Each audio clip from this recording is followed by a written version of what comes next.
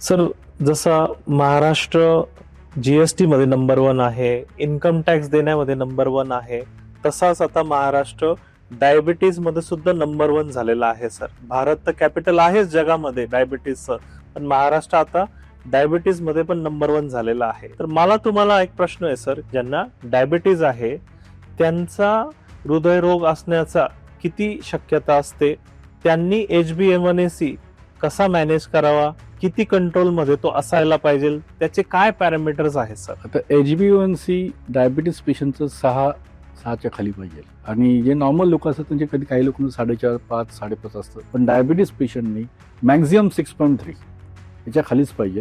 कारण चालतं असं काही नसतं. 7 आहे चालतंय, 200 शुगर आहे माझी नॉर्मल आहे, 200 शुगर नॉर्मल नाही.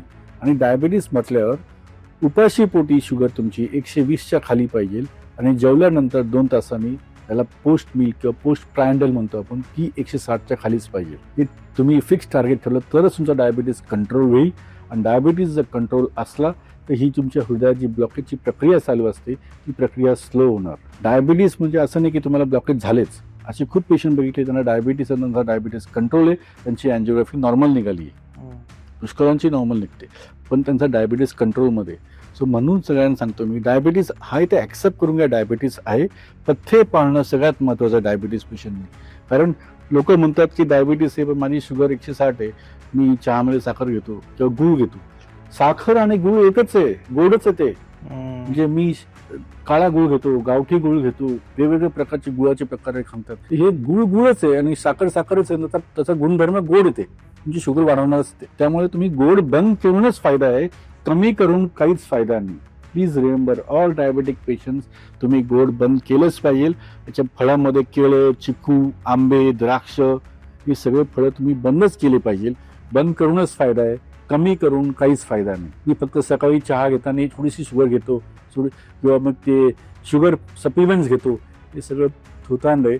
तुम्ही गोड बंद करूनच तुम्हाला फायदा आहे आणि गोड बंद करूनच तुमचा डायबिटीस कंट्रोल होईल. याच्यावरती तुम्ही मग गोळ्या चालू करा आणि गोळ्या डॉक्टर सांगतील कसं त्याप्रमाणे गोळ्या घ्या.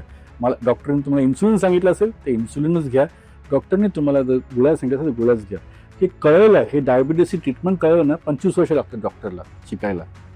तुम्हाला ते व्हॉट्सअप नॉलेजवर किंवा कोणत्या याच्या सोशल मीडियावर तुम्हाला ते नॉलेज मिळतं, त्याच्यावर तुम्ही ठरवू नका तुमचं आयुष्य डायबिटीस कंट्रोल करायचं. तुम्ही डॉक्टरचा ॲडवाईस फॉलो करा, पथ्य पाळा, जे सांगितलं ती ट्रीटमेंट घ्या, तरच तुमचा डायबिटीस कंट्रोल होईल. डायबिटीस कंट्रोल झाला तर तुम्हाला पॅरालिसिस येणं, डोळ्याला अंधत्व येणं, हार्ट अटॅक, किडनी फेलियर, पायाला गँग्रीन होणं, हे सगळे आजार तुम्हाला टाळता येतील.